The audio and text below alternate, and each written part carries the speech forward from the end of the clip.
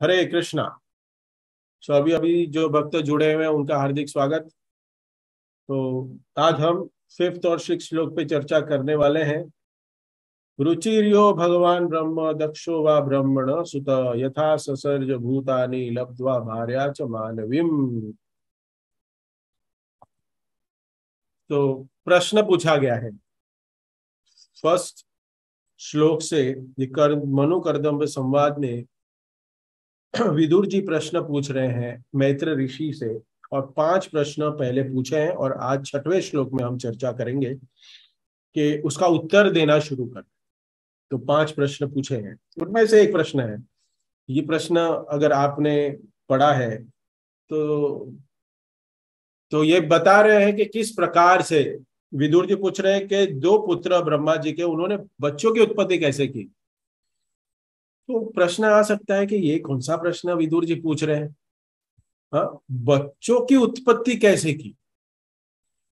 बच्चों की उत्पत्ति कौन नहीं जानता है कैसे होती है। हाँ, बच्चों की उत्पत्ति हर बच्चा बच्चा आज जानता है। ये भागवतम का प्रश्न है ही नहीं। बच्चों की उत्पत्ति कैसे हुई। अरे विदुर जी, आपकी मति तो सही है, मूर्ख हो। क्या हो गया है। अरे ये प्रश्न है ही नहीं। देखो, इसमें प्रभुपाद भी तात्पर्य में एंड में अगर बताए, उन्होंने प्रारंभ में किस प्रकार संतानियां उत्पन्न की। प्रभुपाद ने क्वेश्चन मार्क डाला है। तो विदुर ये पूछ रहे हैं कि कैसे उत्पत्ति हुई। तो ये क्या है प्रॉब्लम पता है कि हमने बच्चे उत्पन्न करना ये बहुत सरल हमने समझ लिया है इसको। हमने, हमारी समस्या है कि हम इसको बहुत सरल समझ लिए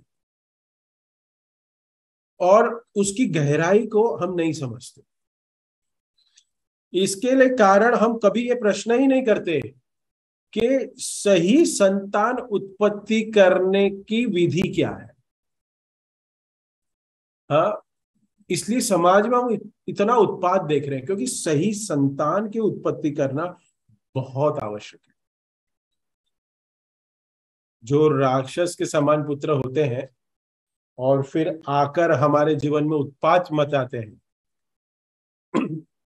कारण यही है कि हमने कभी किसी से प्रश्न नहीं किया कि जो सही संतान है, जो भगवान की भक्त बनेगी, उसकी उत्पत्ति कैसे की जा सकती। हमने कभी नहीं पूछा। ये प्रश्न सबसे ज्यादा जरूरी है और हर गृहस्थ को ये प्रश्न पूछना चाहिए और उत्तर देने वाला भी गृहस्थ ही होना चाहिए, वो गृह मेदी नहीं होना चाहिए। एवरी गृहस्थ शुड आस्क दिस क्वेश्चन। बहुत इंपॉर्टेंट है।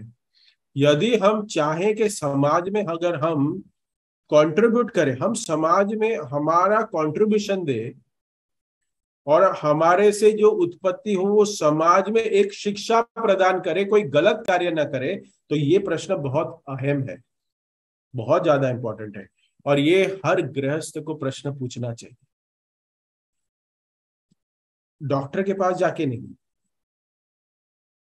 एक सही गृहस्थ, कृष्ण भक्त गृहस्थ के पास जाके, जो सीनियर डिवोटीज है उसके पास जाके, ये नेवर नुवान जो अभी शादी करेंगे उसको पूछना चाहिए कि संतान की उत्पत्ति कैसे करनी। ये पूछना चाहिए प्रश्न कि ये संतान की उत्पत्ति करे कैसे। जैसे कि मनुष्य जो है, ये मनुष्य कुत्ते बिल्लियों के तरह व्यवहार करने के लिए नहीं बने हैं, ये हमें समझना है।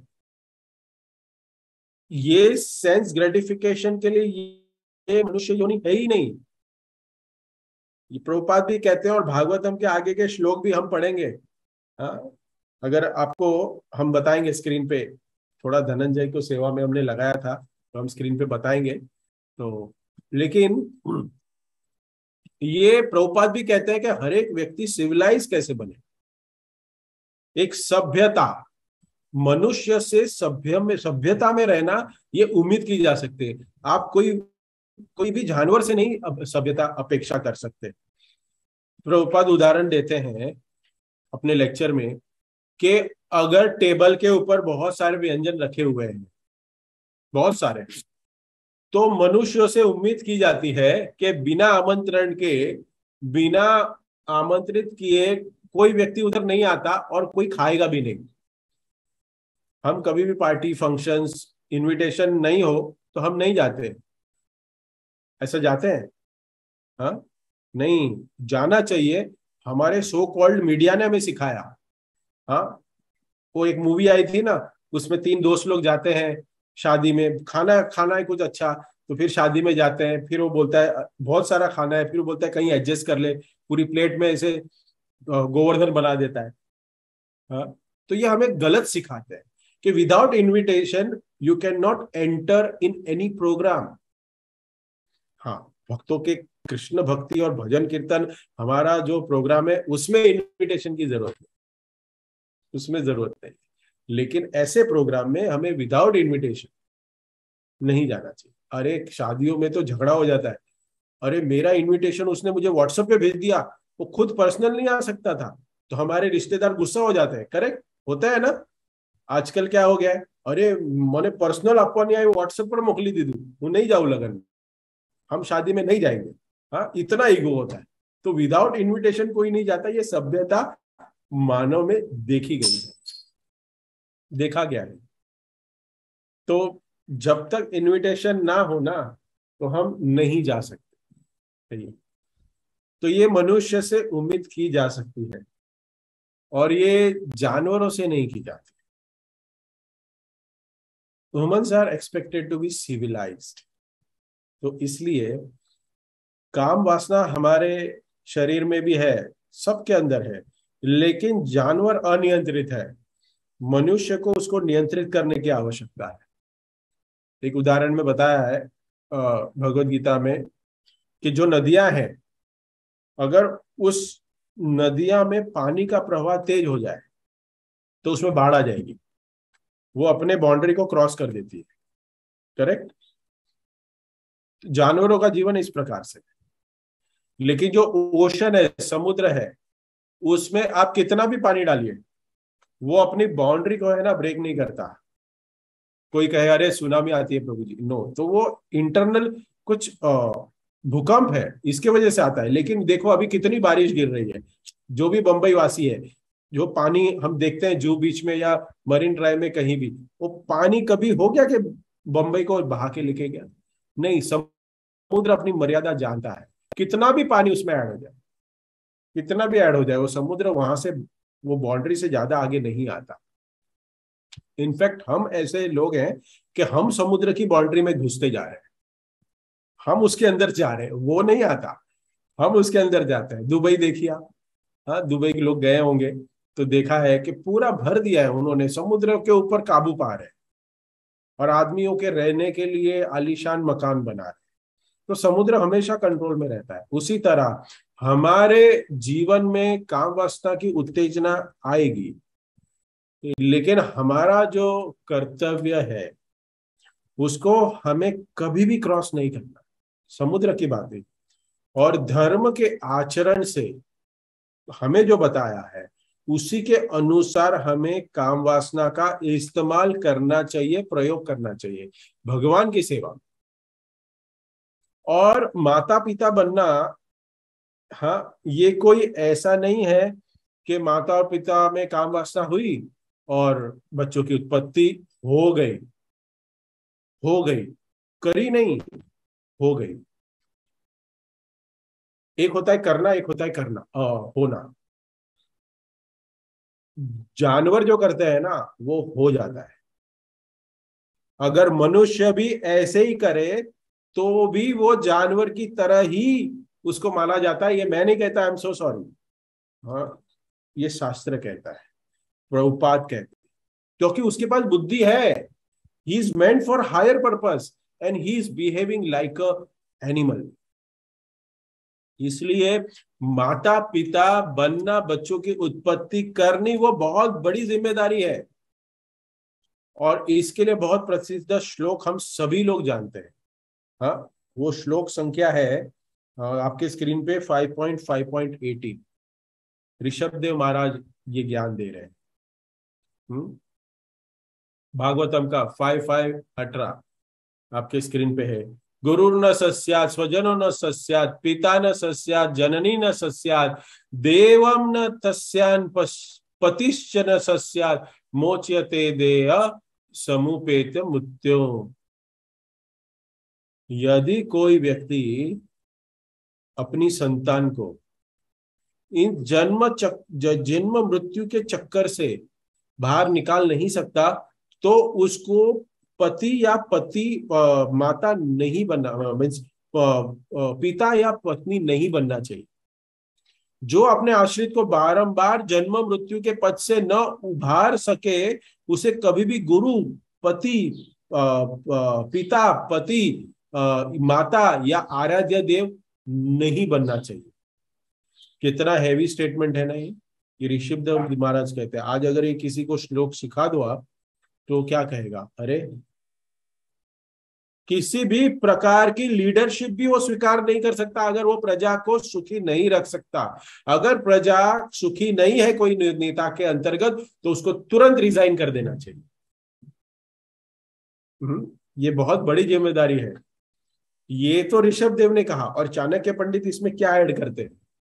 चाणक्य पंडित इसके श्लोक में ऐड करते हैं कि यदि अगर माता पिता आदि अपने पुत्री को सही प्रशिक्षण नहीं दे सकते तो सबसे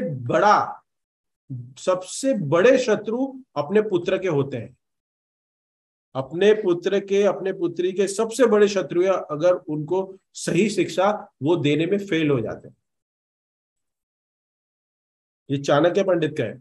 हमें लगता है ना बेटा हमारी बात क्यों नहीं सुनता, क्योंकि हमें लगता है कि हम उसके बारे में अच्छा सोच रहे हैं, ऐसा हमें लगता है। लेकिन बच्चे को ऐसे लगता है कि हम सबसे बड़े शत्रु उनके। इसलिए आजकल बच्चे हमारी बात सुनते नहीं है क्योंकि हमारे आचरण में वो विरोधाभास देखते हैं। ये बहुत जरूरी है समझना। तो अच्छे बच्चों की उत्पत्ति करना भी एक मुझे पता है कि जब भी एक गृहस्थ कपल महाराज जी से मिलने आता है तो महाराज उनको एक गृहस्थ मैनुअल है, उसको बुक को पढ़ने के लिए कहते हैं कि आप शादी करने के पहले ये किताब दोनों पढ़िए, और दोनों अगर पढ़ते हैं तब जाके उनको पता चलता है कि हम गृहस्थ बनने जा रहे हैं या गृहमेधी बनेंगे। तो उसके लिए विधि विधान से, ये संघ की जो पद्धति है वो भी विधि विधान से होनी चाहिए, ऐसे ही एंजॉयमेंट के लिए नहीं है। ये बहुत जरूरी है समझना। हम देखते हैं कि क्या चेतना होनी चाहिए। अलग अलग शास्त्रों में इसमें बताया गया है कि क्या चेतना होनी चाहिए, हमें साधना किस प्रकार से होनी चाहिए और कैसे आशीर्वाद लेना चाहिए, भगवान के सामने प्रार्थना करनी चाहिए। उसके बाद इस क्रिया में एक संतान की उत्पत्ति के लिए एक योजना बनानी चाहिए। ये एक प्लानिंग है। आजकल कोई प्लानिंग नहीं है, इसलिए फैमिली प्लानिंग की आवश्यकता पड़ती है। पहले कोई प्लानिंग नहीं है, बिकॉज हम कोई प्लानिंग नहीं करते। अगर हम इसको गर्भधारण संस्कार कहते हैं, इसको गर्भधारण संस्कार कहते हैं। अगर इसकी प्लानिंग अच्छे से होती है तो ऑटोमेटिकली फैमिली प्लानिंग हो जाएगी, जनसंख्या कंट्रोल में आ जाएगी। इतने सारे बिल, इतने सारे कानून लाने पड़ते हैं, इतने सारे चर्चाएं करने की आवश्यकता भी नहीं पड़ेगी पार्लियामेंट में। तो ये बहुत जरूरी है कि ये प्रश्न का आने का क्या जरूरत है इसके अंदर। अरे क्यों मैत्रेय मुनि को नहीं पता, सॉरी विदुर जी को नहीं पता? अरे उत्पत्ति की तो की, लेकिन हमें बताना चाहते थे कि उत्पत्ति करना कितना इंपॉर्टेंट है और क्यों करनी चाहिए। अगर हम उसको भक्ति में नहीं ला सकते, अगर हम हमारे बच्चों को भक्ति नहीं प्रदान कर पाते, बहुत सुंदर श्लोक है, ऋषभदेव महाराज कहते हैं कि अगर हम नहीं भक्ति में ला पाए, क्योंकि ये बहुत लॉजिक है, देखिए इस संसार में वो जीव क्यों आया? Because we wanted to enjoy the sense gratification, we want to enjoy. और आपने उसको क्या किया? क्षणिक आनंद के लिए आपने इस पूरे संसार में उसको अंधकूप में ढकल दिया। आपका कर्तव्य है उसको जन्म मृत्यु जरा व्याधि हम सबका कर्तव्य है हमारे बच्चों को भक्ति प्रदान करना। भक्ति में जोड़ना सबसे बड़ा कर्तव्य है। ये चाणक्य पंडित कहते हैं और ऋषभदेव महाराज भी 5.18 श्लोक में बता रहे। तो अभी देखिए नेक्स्ट श्लोक में क्या कहते हैं मैत्रेय मुनि। हाँ, नेक्स्ट श्लोक में आता है कि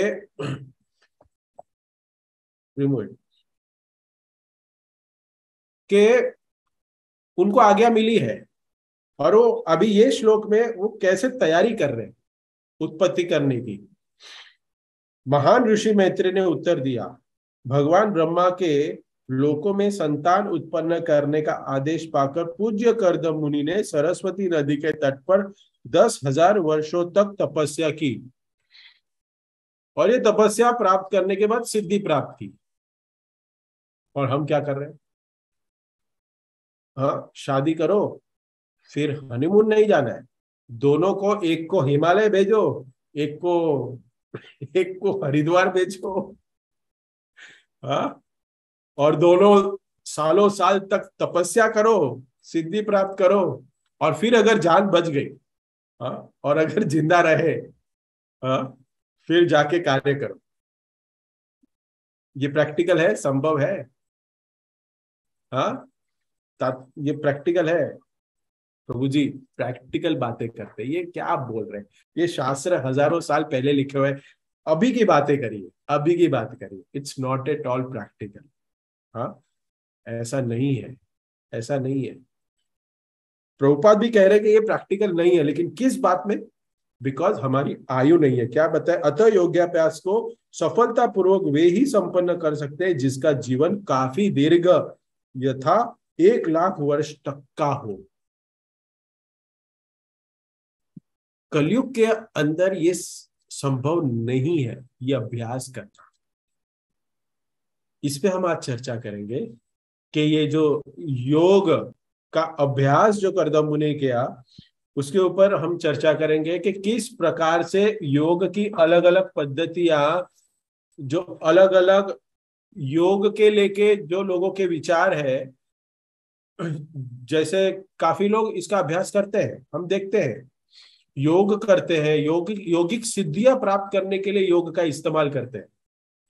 प्रभुपाद एक बार उदाहरण दे रहे थे, हाँ, यहाँ पे भी बता रहे हैं, तात्पर्य में लिख रहे हैं कि लोगों को अपने इंद्रियों को कंट्रोल करके योगिक सिद्धियां प्राप्त करनी है। प्रभुपाद हमेशा एक लेक्चर में उदाहरण देते थे कि प्रभुपाद के पिताजी प्रभुपाद को सर्कस देखने लेके गए। अगर आजकल के बच्चों को अगर हम कहें ना ये चीज, तो बोले ये क्या होता है, ये क्या होता है? क्योंकि सर्कस तो सबके घर में आ गया है। मोबाइल है ना, सबसे बड़ा सर्कस है। आप क्या नहीं चाहते इसमें? सब कुछ देख सकते हैं, आपको कहीं जाने की जरूरत नहीं। हाँ, नहीं तो पहले टेंट लगता था बड़े बड़े ग्राउंड में, आज तो ग्राउंड भी नहीं बचे हो। करेक्ट।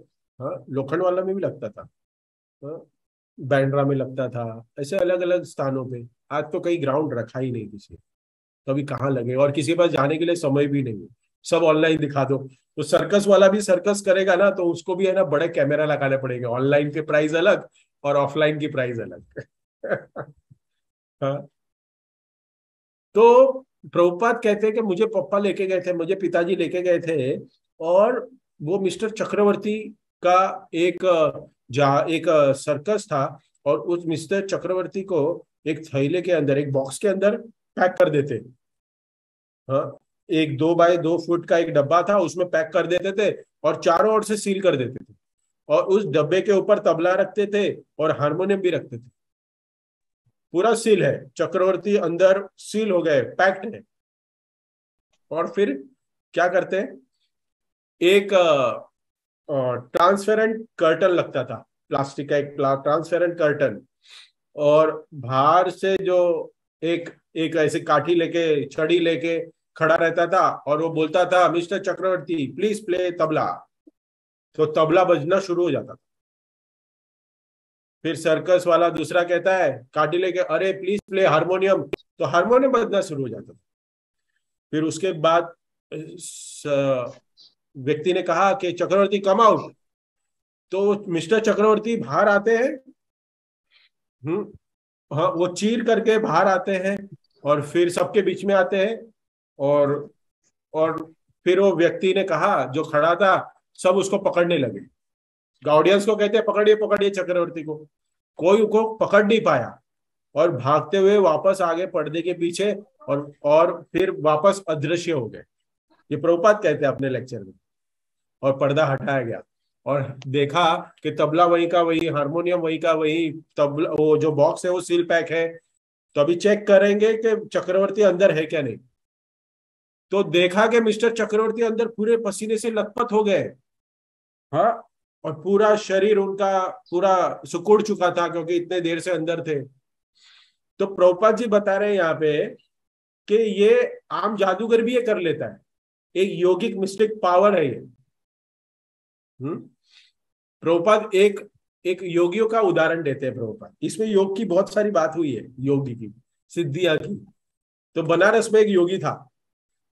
प्रभुपाद वही लेक्चर में बताते हैं कि प्रभुपाद कहते हैं मैं बचपन में देखता था कि वो पब्लिक रोड पे वो जो व्यक्ति है वो एक योगी था, वो नग्न बैठ जाता था। तो गवर्नमेंट क्या करती, उसको अरेस्ट कर लेती। अरेस्ट करने के बाद उसके बाद ऐसी सिद्धि थी कि वो छोटे हो जाते थे, एकदम छोटे हो जाते थे, और फिर जेल से बाहर निकल जाते थे। तो गवर्नमेंट उनको अरेस्ट कर करके उसको परेशान कर दी, परेशान हो गई। तो ऐसे वो बाहर आता, फिर वापस उसको जेल में डाल देते। ऐसे बार बार करने से वो बहुत बड़ी फेमस पर्सनैलिटी बन गया वो योगी। उसको सब दर्शन करने के लिए आ गए उसके। देखो ऐसी योगी सिद्धियां प्राप्त कर ली। हाँ। और ऐसे ही एक साउथ इंडिया में प्रभुपाद कहते हैं, एक एक फेमस बड़े बड़े बाल, बड़े बड़े बाल एक संत, बहुत फेमस, हाँ, सो कॉल्ड स्पिरिचुअलिस्ट, और बहुत बड़े संस्था के लीडर थे। और वो क्या करते हैं, अपने हाथ से विभूति देते हैं। किसी को संतरा दे दिया, किसी को गोल्ड का चेन दे दिया, किसी को अंगूठी दे दी। हाँ। तो एक बार क्या हुआ पता है, मिस्टर के लाल, आपने नाम सुना? जादूगर, जादूगर जो पुराने लोग होंगे उन्होंने नाम सुना होगा, देखा है आप लोग ने के लाल के जादूगर, जादूगर। हाँ। तो एक बार क्या हुआ, मिस्टर के लाल इस जादूगर में, सो कॉल्ड स्पिरिचुअलिस्ट, बड़े बड़े बाल वाले, आप पहचान गए होंगे, नाम नहीं ले सकता, मीडिया पे है इसके लिए। हाँ। तो सो कॉल्ड वो स्पिरिचुअलिस्ट के सामने आ गए केला। उनको पता चला कैसे व्यक्ति लोगों को ये जादू करके लोगों को बेवकूफ बना रहा है। तो ये योगी जो थे, इन्होंने कुछ ऐसे विभूति ऐसे सब निकाला, ऐसे सब हाथ बीत किया, और जो ये कर रहे थे ना, वो ये केलाल करके दिखाते थे। तो ये तो डर गए कि ये तो मेरी दुकान बंद कर देगा। तो उसको चुपके से पूछा कि भाई तुमको ये सब कुछ कैसे पता है, तुम कैसे कर पा रहे हो? तब केलाल ने कहा कि तुम जिन गुरु से जादू सीख के आए हो ना, वही गुरु मेरे भी है। दोनों एक ही गुरु के, दोनों के एक ही गुरु थे। लेकिन मैं इसका इस्तेमाल करता हूं एंटरटेन करने के लिए, लेकिन तुम इसका इस्तेमाल करते हो लोगों को ठगने के लिए। के लाल टोल्ड दैट गाय, नाम नहीं ले सकता, आपको पता है किसकी बात कर रहा। के लाल ने उनको कहा कि तुम लोगों को ठगने के लिए काम करते हो, ये काम बंद करो, क्योंकि हमें ये शिक्षा गुरु ने ये काम के लिए नहीं दी है। करोड़ों रुपए छाप लिए ऐसे। लेकिन ऐसे क्यों होता है? क्योंकि हम मूर्ख हैं। चमत्कार पे नमस्कार। चमत्कार दिख गया, हम भाग गए। लोग मूर्ख है, और लोग मूर्ख है इसके लिए लोग मूर्ख बनाने वाले लोग हैं। अभी हमारे एक भक्त के घर पे मैं गया था, उनके क्या कहते हैं, उनके उनकी दादी गुजर गई थी। तो मैं उनके लिए मिलने गया था, उनके माता पिता को। तो वहां पे है ना, एक व्यक्ति बैठा था। तो उसने तो मुझे देखा ऐसे शेव हेड और ऐसे शिखा विखा रख के आया है कोई व्यक्ति, पंडित जी जैसे लग रहा है। तो मैं बैठा था, उनको सांत्वना दे रहा था, बातें कर रहा था, शास्त्रों की बातें कर रहा था। फिर वो जो पेरेंट है उन्होंने मुझे बताया, उनके दोस्त आए। तो फिर वो बोल रहे थे ये अनिरुद्ध बापू के फॉलोवर है, जो आजकल अनिरुद्ध, पता है सबको, ऐसे फोटो आपने देखा होगा ऐसा। हाँ, मैं नहीं हूँ, सॉरी। तो वो उनके फॉलोवर है। अभी देखो ज्ञान नहीं है ना, ऐसे कोई भी खड़ा हो गया और उसके फॉलोवर हो गया उनका कि इनको फॉलो करते हैं। मैं बोला क्या फॉलो करते हैं? मैंने पूछा what do you actually follow? हमारे पास तो बहुत कुछ फॉलो करने के लिए है। देखो, नित्यम भागवत सेवा कौन देता है समय? सुबह 2 घंटा चैंटिंग करके बैठे हैं और अभी देखिए 1 घंटे से लेक्चर देना है और सब लोग आप सुन भी रहे हो। This is actually follow, this is called follow, कि हम गुरु के प्रभुपाद के आदेशों को फॉलो कर रहे हैं। तो कलयुग के लोगों की अवस्था है चमत्कार देखना है। प्रभुपाद को भी कहा ना, हाँ, आजाद मैदान फेस्टिवल में आपको बताइए आपने क्या चमत्कार किया। प्रभुपाद देखने लगे मैंने कोई चमत्कार नहीं किया, और प्रभुपाद के दिमाग में आया प्रेजेंस ऑफ माइंड। प्रभुपाद ने क्या कहा? प्रभुपाद ने कहा मैंने ऐसे तो कोई चमत्कार नहीं किया है, लेकिन मैंने हजारों मलेच्छों को ब्राह्मण बना दिया, हाँ ये चमत्कार किया है। And this is a biggest चमत्कार कोई बना सकता है। हाँ, मलेच्छों को ब्राह्मण बनाना, हाँ, वो भी कोई स्टेज पे बिठाने के लिए नहीं कि चलो अभी 10 मिनट के लिए 100-100 रुपए ले लो और शेव हेड करके बैठ जाओ। हाँ, आजकल तो पॉलिटिशियन लोग ऐसे बस भर भर के लेके जाते हैं ना फॉलोवर दिखाने के लिए, देखा है ना? हाँ, जो शिवाजी पार्क पे आसपास रहते हैं परेशान है, परेशान है। बोलते हैं प्रभु जी क्या, एक भक्त है हमारे महाराज के डिसाइपल है, वो बोलते प्रभु जी परेशान हो जाते हैं हम लोग। मैं बोला फिर आप निकल जाओ वहां से, बट क्या करें प्रीमियम एरिया है। हाँ, वहां पे रहना भी एक स्टेटस, इसलिए रह रहे।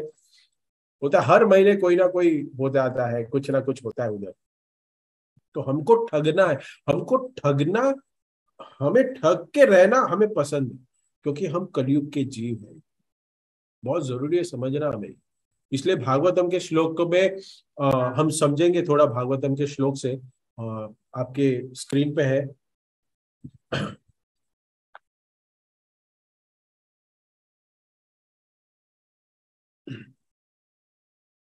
2.1.66 ये जो श्लोक है, इसमें देखिए एतावान सांख्य योगाभ्याम सर्वद स्वधर्म परिनिष्ठया जन्म लाभ परम पुंसा मन्यते नारायण स्मृति। सारी योग सिद्धि कर ले, कितना भी हम सब कुछ कर ले, पदार्थ तथा आत्मा के पूर्ण ज्ञान से, योग शक्ति से या स्वधर्म का भली भांति पालन करने से मानव जीवन की जो सर्वोच्च सिद्धि प्राप्त होती हो की जा सकती है, वह है जीवन के अंत में भगवान का स्मरण करना।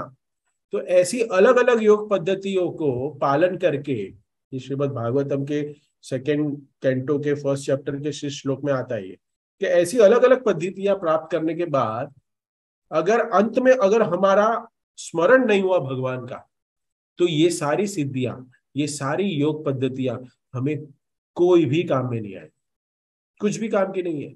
क्योंकि अंत क्या है, द द फाइनल डेस्टिनेशन क्या है हमारा, वो इंपॉर्टेंट है। हम भले ही जन्म से मृत्यु के बीच में बहुत सारे कार्य कर ले, बहुत कुछ कर ले, बट हमारा अंतिम समय में अगर हम क्या करते हैं वो बहुत इंपॉर्टेंट है। उसके बाद का हम श्लोक देखते हैं। श्रीमद् भागवतम में और एक श्लोक, कुछ आज श्लोक हम देखेंगे।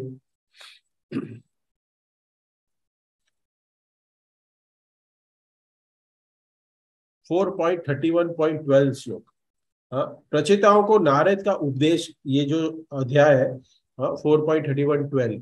किम वा योगेन सांख्येन न्यास साध्याय रोपी किम वा श्रेयो भीरश्चैव न यत्र मात्म प्रमोद हरि यत्र त्म प्रमोद प्रदो हरि।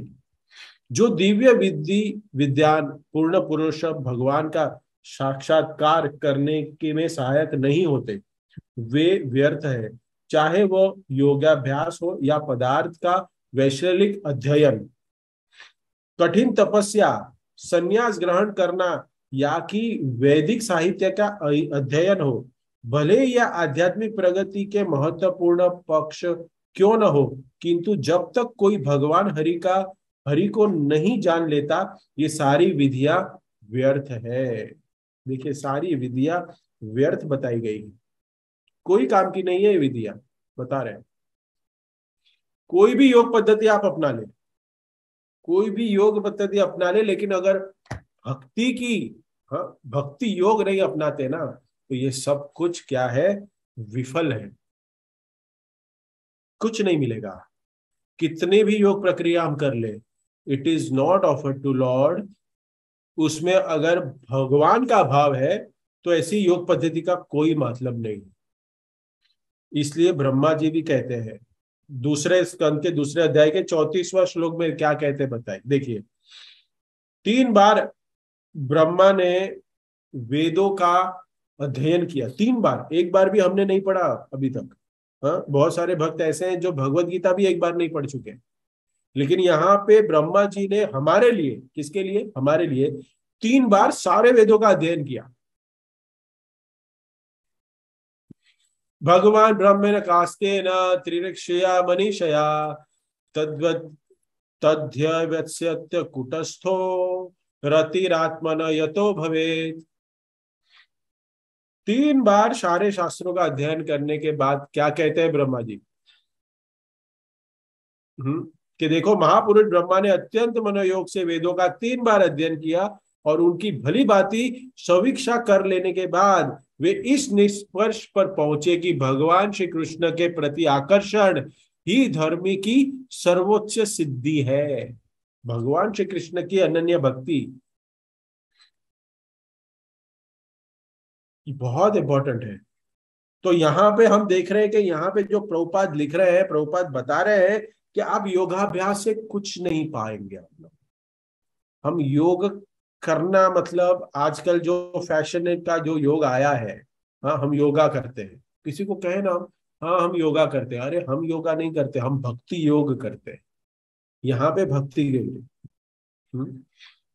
चैतन्य महाप्रभु भी सनातन शिक्षा, चैतन्य महाप्रभु की जो चैतन्य चरितामृत में सनातन शिक्षा आती है, उसमें भी बहुत सुंदर से चैतन्य महाप्रभु सनातन गोस्वामी को कहते हैं इसी को, कि अलग अलग वेद में क्या क्या दिया है उसके ऊपर एक्सप्लेन करते हैं। कि वो बताते हैं चैतन्य महाप्रभु के एक बार बहुत गरीब और गरीबी में रहने वाला एक एक फटा कपड़े पहन के रहने वाला एक व्यक्ति था, गरीब था, वो दुखी था और वो एस्ट्रोलॉजर से मिलता है। ये चैतन्य महाप्रभु सनातन शिक्षा में कह रहा है, ये उदाहरण चैतन्य महाप्रभु दे रहे हैं कि वो एस्ट्रोलॉजर के पास मिलने गया तो उसको बहुत करुणा आई, किसको, एस्ट्रोलॉजर को, उस व्यक्ति के ऊपर बहुत करुणा आई और उस व्यक्ति को कहता है तुम तो बहुत धनी व्यक्ति हो, तुम तो बहुत, तुम्हारा हाथ देख के मैंने देखा कि तुम तो बहुत धनी व्यक्ति हो, धनी व्यक्ति के पुत्र हो तुम ऐसे कष्ट क्यों पा रहे हो? तुम्हारे तो पिताजी ने तुम्हारे घर के बाहर खजाना दबा के रखा है, इतना खजाना है कि आपको, तुम्हें कुछ जीवन भर करने की आवश्यकता नहीं, इतना खजाना है। आपको भी कोई कह दे तो ऐसा, अभी क्लास छोड़ के भागेंगे प्रभु हम लोग, अभी भागेंगे हम लोग, पहले खजाना, फिर कोई कहेगा तर्क क्यों देगा, प्रभु जी क्यों भागे, नहीं नहीं प्रभु जी डोनेशन देंगे ना, अभी वो पैसा हम भगवान की सेवा में लगाएंगे, लेकिन कितना भगवान की सेवा में लगाएंगे और कितना अपने लिए रखेंगे वो मालूम नहीं, लेकिन भागेंगे हम। हाँ, तो वो व्यक्ति, जो गरीब व्यक्ति है, वो पूछता है एस्ट्रोलॉजर को कि पिताजी ने मुझे बताया क्यों नहीं? तो बोलते तुमसे दूर शरीर छोड़ दिया है इसलिए तुमसे मिल नहीं पाए। तो एक चीज है कि इस चीज का ध्यान देना कि अपने घर के जो उत्तर की ओर मत खोजना, क्योंकि वहां पे जहरीला सांप रहता है जो आपको मार देगा। पश्चिम की ओर भी मत खोजना क्योंकि उधर प्रेत है, वो भी आपको मार देगा। और दक्षिण ओर की मत जाना क्योंकि वहां पे बहुत सारी मधुमक्खियां हैं जो आपके ऊपर अटैक करेगी। झाड़ है जिसके ऊपर बहुत सारा मधुमक्खी का घर बनाया हुआ है, तुम वहां जाओगे तो तुमको काट लेगी। एक ही है मार्ग, ईस्ट की तरफ जाना, पूर्व दिशा में, फिर मालामाल हो जाओगे। महाप्रभु कहते हैं ये दृष्टांत देके, ये दृष्टांत जो है ना, ये एस्ट्रोलॉजर जो है ना, ये सारे वैदिक शास्त्र है। एस्ट्रोलॉजर जो western side, northern side, south side है, ये सारे कर्म, ज्ञान, ध्यान, योग है सारे। और जो ईस्टर्न साइड था वो है भक्ति, वो है भक्ति योग। तो व्यक्ति को इनमें नहीं भटकना चाहिए। शास्त्र जो है ना, शास्त्र वो हमें अलग अलग चीजों की व्याख्या करेंगे। भागवतम में भी व्याख्या होगी, भगवत गीता में भी सारे योग की व्याख्या हुई है, भगवत गीता में भी सारे योग की व्याख्या हुई है ना। लेकिन अंत में क्या दिया भगवान ने? भक्ति योग दिया ना, कि इससे ऊपर यह है, इससे ऊपर यह है, इसके ऊपर यह है। अभी आप देख लो आपको क्या करना है। Higher purpose. चैतन्य महाप्रभु भी प्रभु ही कह रहे हैं कि सब कुछ वेदों में दिया है, सारे शास्त्रों में सब कुछ दिया है, लेकिन लेने लायक जो है, लेने लायक जो है इस कलयुग में, वो है हरिनाम, सिर्फ हरिनाम। क्योंकि हमारे पास उम्र कम है, हमारे में इंद्रियों में दोष है, हम नहीं कर पाएंगे। योग पद्धति सिद्धियां प्राप्त करके भी अगर हम कृष्ण भक्ति नहीं हमारे जीवन में आई, तो क्या मतलब सब करने का? क्या मतलब? हाँ, मैं पवई से शिफ्ट होके यहाँ आया, लोखंड वाला, 6 महीने पहले। तो आपको पता है मूवर्स एंड पैकर्स, आपको पता है उससे सब कुछ सामान आता है, करेक्ट? तो एक बहुत ही कीमती कांच की वस्तु थी, तो मैंने बोला इसको अच्छे से पैक करो, सब कुछ अच्छे से होना चाहिए, नहीं तो ये शिफ्ट हो जाएगी। लेकिन अगर टूट गई तो क्या मतलब वो शिफ्ट होने का? हाँ, मतलब है, अगर कोई वस्तु इंपॉर्टेंट है और वो शिफ्टिंग में अगर टूट गई तो वो तो उधर ही अच्छी थी फिर। तो वैसे ही हम बहुत कुछ अलग अलग अध्याय, अलग अलग साधना, अलग अलग योग का हम लोग अनुष्ठान करें, लेकिन अगर फाइनली हमें कृष्ण भक्ति नहीं प्राप्त हो, कृष्ण में रुचि नहीं उत्पन्न होगी, तो ये सब करना वेस्ट है, ये सब करना वेस्ट है।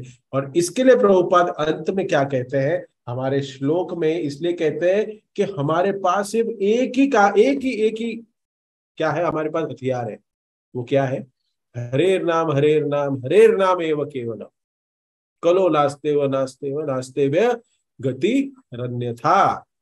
हरिनाम की शरण में ले जाना है हमें, और हमारे साथ साथ हमारे परिवारजन, पुत्र,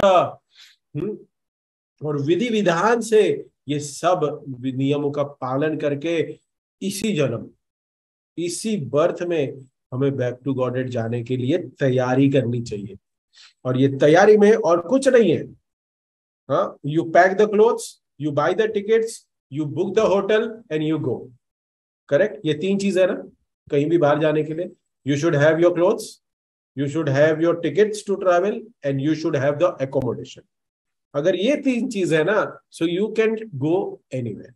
तो ये जो 3 वस्तुएं हैं, तो आचार्य हमें एक भक्त बता रहे थे कि भक्तों का संग, फर्स्ट भक्तों का संग, हरिनाम का उच्चारण, और शास्त्रों का अध्ययन।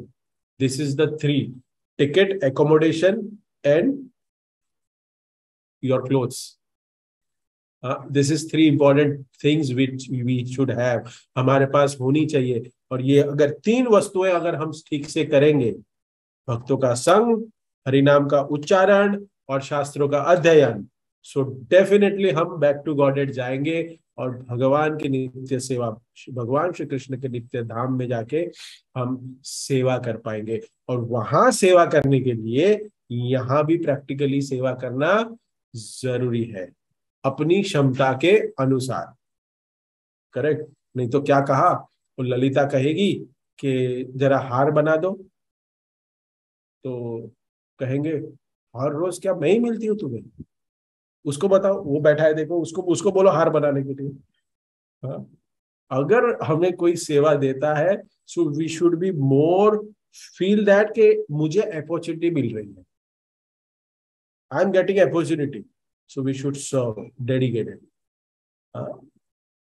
ये बहुत जरूरी है। सो अलग अलग ऐसे विषय आएंगे, क्योंकि उत्पत्ति हो रही है, तो ये जानना बहुत जरूरी है हमें कि इंद्रियों को नियंत्रण में लेके हम कैसे कृष्ण भावना भाव संतान उत्पन्न करें। कृष्ण भावना भाव बहुत इंपॉर्टेंट। सो इसी के साथ हम इस सेशन को यहाँ सॉरी विराम देता हूँ। किसी भक्त का कोई कमेंट्स, टिप्पणी, करेक्शन है तो कर सकते हैं, प्रश्न है तो पूछ सकते हैं, otherwise we can move to the